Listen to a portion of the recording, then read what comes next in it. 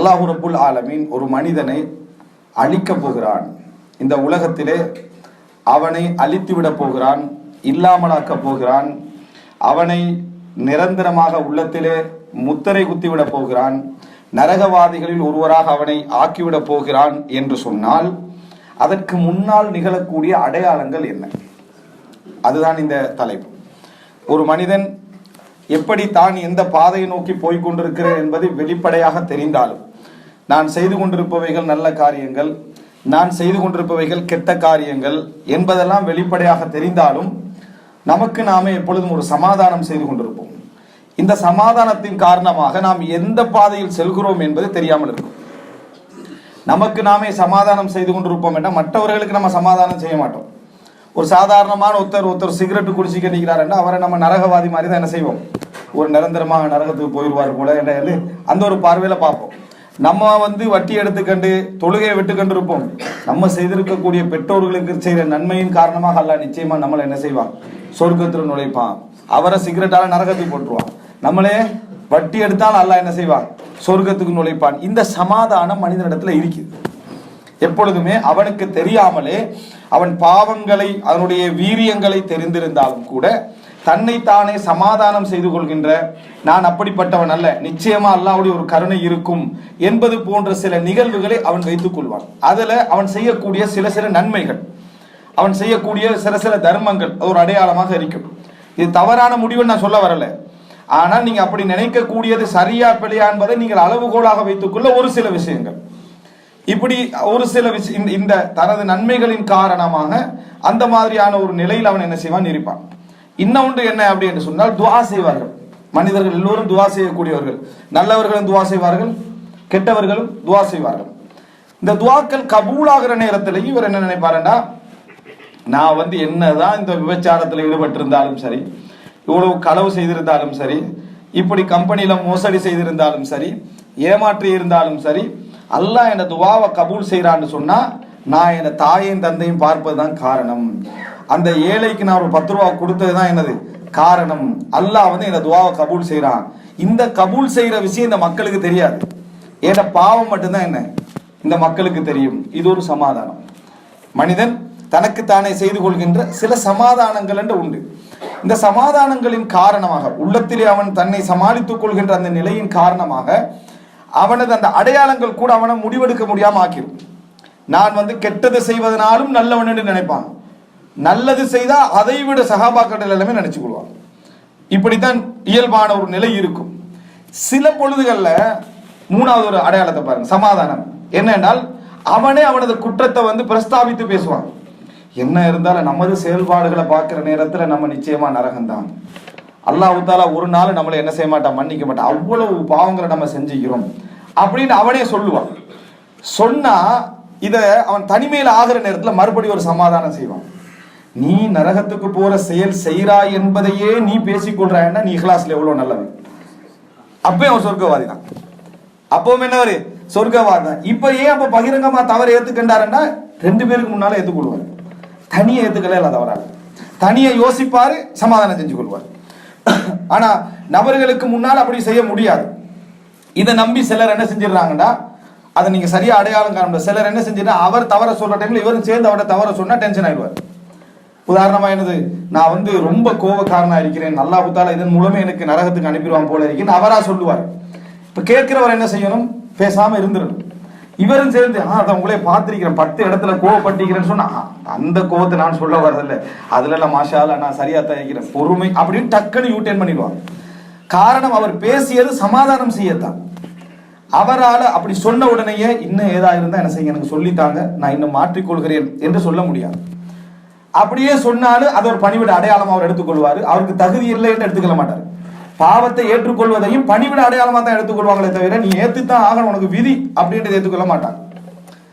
இதெல்லாம் மனிதன் தன்னை தானே சமாதானம் செய்து கொடுக்கிறான்.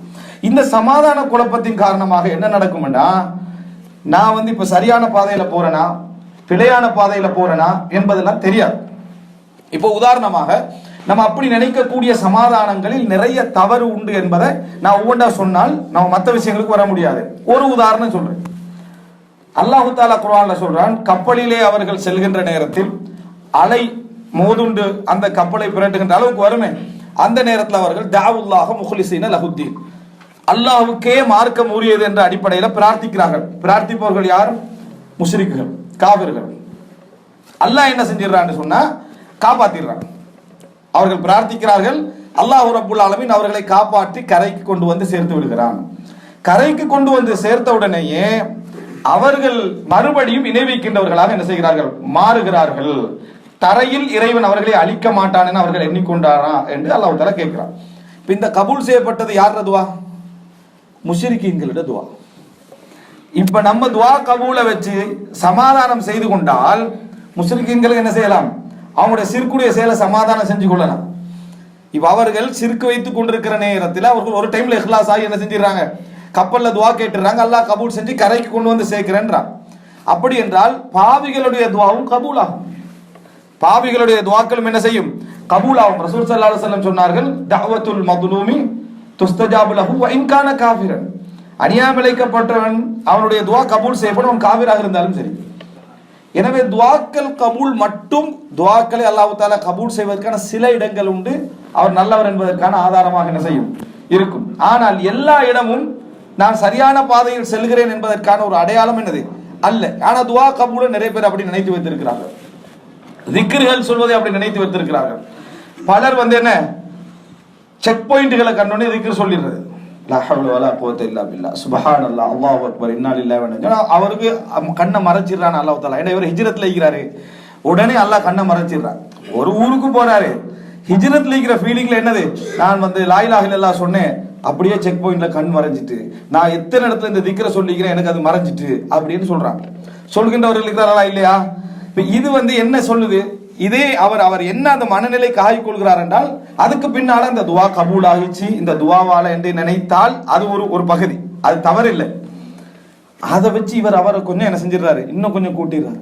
ஏன் அல்லாஹ் தஆலா எனக்கு மட்டும் கபூல் செய்யறான், மற்றவனுக்கு கபூல் செய்யலன்னு இவரா முடிவெடுக்கிறாரு? பாருங்க, அந்த மனிதனுடைய சமாதானங்கள் உள்ளத்துக்கு எனக்கு மட்டும் அல்லாஹ் ஏன் கபூல் செய்யறான்? சிலர் அதாவது எப்படியெல்லாம் மனிதன் தன்னை சமாதானம் செய்கிறான் என்பதற்கான உதாரணம் சொல்றாரு. ஒருத்தர் சொல்றாரு, எனக்கு என்ன தேவை என்று வந்தாலும் ஒரு மார்க்க சந்தேகம் வந்தா யூடியூப்பை திறப்பே ஃபர்ஸ்டா அதுதான் இருக்கும். இது எதனால நடக்குது? இப்ப என்ன சொல்ல வரீங்க? இப்ப உங்களுக்கு அது ஃபர்ஸ்ட் கிளிப் வந்ததுனால நீங்க அவுலியான்னு சொல்ல வரீங்களா? என்ன நோக்கம்? எதை எடுத்தாலும் முதல் கிளிப்பா என்ன வந்துருதான், அவங்க தேர்றதுதான் ஃபர்ஸ்டா வந்துருது.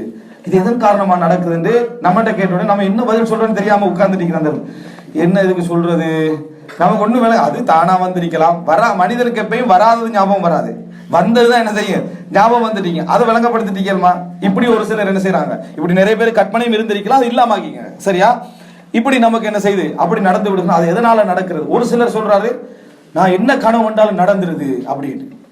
நான் என்ன கனவு கண்டாலும் நடந்துருது அப்படின்ற அந்த மாதிரி சொல்லக்கூடிய 90% மாணவர்கள் கனவை சொல்றது இல்லை, சும்மா தூங்குற டைம்ல வார யோசனைகள் இருக்குதானே, அதை தான் அவங்க சொல்றாங்க. அவங்க அதெல்லாம் கனவு லிஸ்ட்ல போட்டிக்கிறாங்க. கனவுன்னு அவங்களுக்கு என்ன செய்யல தெரியவில்லை. இப்படியான சமாதானங்களை வச்சு தான் கெட்டவர்கள் அல்லது கெட்ட செயல் செய்யக்கூடியவர்கள், கெட்டவர்கள் எடுக்க வேண்டிய விஷயம் இல்லை, கெட்ட செயல் செய்யக்கூடியவர்கள், தவறு செய்யக்கூடியவர்கள் அதை நியாயப்படுத்திக் கொள்றாங்க. அதனால நம்ம இப்ப இந்த இடத்துல கூப்பிட்டு எவ்வளவு பயான் பாவங்களுக்கு எதிராக பண்ணினாலும் அவங்க அந்த பாவத்தை என்ன செய்யறாங்க இல்ல, ஒரு பெரிய ஒரு அடையாளமா எடுத்துக்கல மாட்டாங்க. என்ன காரணம்? அவருக்கு துவா கபூல் ஆகுது, அவர் திக்ர் செஞ்சனே நடக்குது, அடுத்து என்ன, அவர் பணி வாய்க்கிறாரு, பாவங்கள் அங்கங்க ஏத்துக்கண்டிருக்கிறாரு. இது போன்ற விஷயங்கள் அவருக்கு என்ன ஆதாரமா இருக்குது. அப்ப நம்ம எவ்வளவுதான் பாவத்தை பத்தி பயான் பண்ணாலும் என்ன நடக்கும்? சமாதானத்தான அவருக்கு அது எதுவும் விளங்காது. ஆனா அல்லாஹு தஆலா சில அடையாளங்களை சொல்றான். ஒரு மனிதன் தான் செய்யக்கூடிய பாவத்தின் காரணமாக அல்லாஹ் அவனை அழிப்பதற்கு என்ன செய்யறான்? ஆரம்பிக்கிறான் என்பதற்கு அல்ல சில அடையாளங்களை சொல்றான். அந்த அடையாளங்களை நம்ம சரியா புரிஞ்சு கொண்டோம்டா இதுக்கு சொல்றது சுன்னத்துல்லாஹ், அல்லாஹ்வுடைய நிர்வாகம். இந்த அல்லாஹ்வுடைய நிர்வாகத்துல பல விஷயங்கள் உண்டு, அதுல ஒன்று இது. ஒருவனை அழிப்பதற்கு முன்னால அல்லாஹ்வுடைய சில நடவடிக்கைகள் என்ன செய்யும் இருக்கும். அல்லாஹ் குர்ஆன்ல சொல்லி காட்டுறான், அதாவது இதா அரதுனா அன் நுஹ்லிக கர்யத்தன் அமர்னா முத்ரஃபிஹா ஃபஃபஸகு ஃபீஹா, அதாவது ஒரு ஊரை நம்ம அழிக்க நினைச்சோம்டா அந்த ஊரில் உள்ள வசதி உள்ளவர்களை எல்லாம் அந்த ஊரில் ஃபசாது செய்ய நாம் என்ன செய்ய வைப்போம். ஒரு ஊரை அழிக்கணும்னா முதல்ல அந்த ஊர்ல உள்ளவர்கள்ல வசதி படைத்தவர்களை ஊர்ல ஃபசாது செய்ய வைப்போம்ன்றான். இந்த இடத்துல அல்லாஹ் தஆலா ஷைத்தான் தூண்டுதல் போல தூண்டுதலை சொல்லல, அல்லாஹ்வுடைய அந்த நாட்டங்கள் எப்படி நடக்கும் என்பதை சொல்றான். ஒரு நல்ல ஒரு ஊரை, ஒரு ஃபசாதில் உள்ள ஊரை அழிக்க போறான் அல்லாஹ் தஆலா. ஒரு ஃபசாதின் காரணமாக அழிக்க போறான்னா ஊர்ல உள்ள வசதி படைத்தவர்களை அந்த ஊர்ல என்ன செய்ய வைப்பானா, குழப்பங்கள் விளைய வைப்பான். அந்த குழப்பங்களின் ஊடாகத்தான் அந்த ஊர் அல்லாஹ் என்ன செய்வான், அழிப்பான் என்றான். இது என்ன அல்லாஹ்வுடைய ஒரு சுன்னத். அதே போல வமா கான ரப்புக லியுஹ்லிகல் குரா பிதுல்மின் வ அஹ்லுஹா முஸ்லிஹூன். ஒரு சமுதாயம் செய்யக்கூடிய அநியாயத்தின் காரணமாக அந்த ஊரை அல்லாஹ் அழிப்பதில்லை. அந்த ஊரில் சீர்திருத்தவாதிகள் இருக்கும் காலம் எல்லாம் அல்லாஹ் அழிக்கிறதுக்கு எப்படி சொல்றா, ஊர் ஃபசாதுல இருக்குது, ஊர்ல ஃபித்னா நடக்குது, ஆனா அழிக்க மாட்டான்ல. அந்த ஊர்ல சீர்திருத்தவாதிகள் இருக்கும் காலம் எல்லாம். சீர்திருத்தம் நடக்குது, இஸ்லாஹ் பண்றதுக்கான முயற்சி நடந்து கொண்டிருந்தால், அநியாயமே செய்தாலும் அந்த ஊர் அல்லாஹ் தஆலா என்ன செய்ய மாட்டான், அழிக்க மாட்டான். இமாம் இப்னு தைமியா ரஹிமஹுல்லாஹ் சொல்றாங்க, இன்னல்லாஹ லா யன்சுரு தௌலத்தல் ஆதில வ இன் கானத் காஃபிரா. அல்லாஹ் தஆலா காஃபிரான நாடாக இருந்தாலும் நீதியாக நடக்கின்ற நாட்டுக்கு அல்லாஹ் உதவி செய்வான்.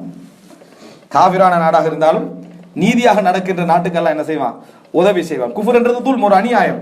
எனவே அல்லாஹ்வுடைய சுன்னத்தை நம்ம இப்படி யோசிச்சு என்ன செய்ய முடியாது, புரிந்து கொள்ள முடியாது. இந்த சமாதானங்களின் மூலம் நம்ம என்ன செய்ய முடியாது, புரிந்து கொள்ள முடியாது என்பதை நம்ம என்ன செய்ய வேண்டும், புரிந்து கொள்ள வேண்டும். எனவே அல்லாஹ்வுடைய அந்த வழிமுறைகள்ல ஒன்றுதான் ஒரு மனிதனை நான் அழிக்கப் போகிறேன் என்பதை புரிஞ்சு கொள்றது. இதற்கு நம்ம தெரிஞ்சு கொள்ள வேண்டிய ஒரு சில விஷயங்கள் இருக்குது. எப்ப இந்த 3-4 விஷயங்கள் எப்ப சம்பந்தப்பட்டுக்கிட்டு இருக்கும். ஒன்று பொறுமை, இன்னொன்று நன்றி, மூன்றாவது தௌபா, அடுத்தது சோதனை, பாவம். இந்த அஞ்சு நான் ஒரு தர்த்தீப்ல உங்களுக்கு ரிலேட் பண்றதுக்காக சொல்றேன். ஒன்று பொறுமை, இரண்டாவது நன்றி, மூன்றாவது தௌபா, சோதனை, பாவம். இந்த 5ல எது இருக்குது எது இல்லைன்றத வச்சுதான் நம்மட பாதை எந்த பக்கம் என்ன செய்யுது, திரும்பி கண்டிருக்குது அப்படின்றத நம்ம என்ன செய்யலாம், புரிந்து கொள்ளலாம் என்பதை குர்ஆனுடைய வசனங்கள், ஹதீஸ்கள் எங்களுக்கு என்ன செய்யுது, காட்டுது. எல்லா மனிதர்களுடைய ஈமானுடைய அமல்களுடைய தரத்தை எடுத்து பார்த்தீங்கன்னா, அன்றைய கால மக்களை போல அமல் செய்து கொண்டு இஹ்லாஸோடு மார்க்க அறிவோடு பேணுதலோடு இருக்கக்கூடிய மக்கள் ஒருபுறம். இந்த பக்கத்தில் நம்ம எடுத்துக்கொண்டோம் என்று சொன்னால், முஸ்லிமாக இருந்து கொண்டு பாவமே இஸ்லாத்தை தவிர, லா இலாஹ இல்லல்லாஹ் முஹம்மது ரசூலுல்லாஹ் என்ற வார்த்தை சொன்னதை தவிர வேறு எந்த இதுவும் இல்லாமல் பாவத்திலே வாழக்கூடியவர்கள். இது ரெண்டுக்கு இடைப்பட்ட நிலையில நல்லதையும் அதே போல கெட்டதையும் கலந்து வாழக்கூடிய மக்கள். இந்த கலந்து வாழக்கூடிய மக்கள்ல 2 தரப்பாக இருக்கிறாங்க.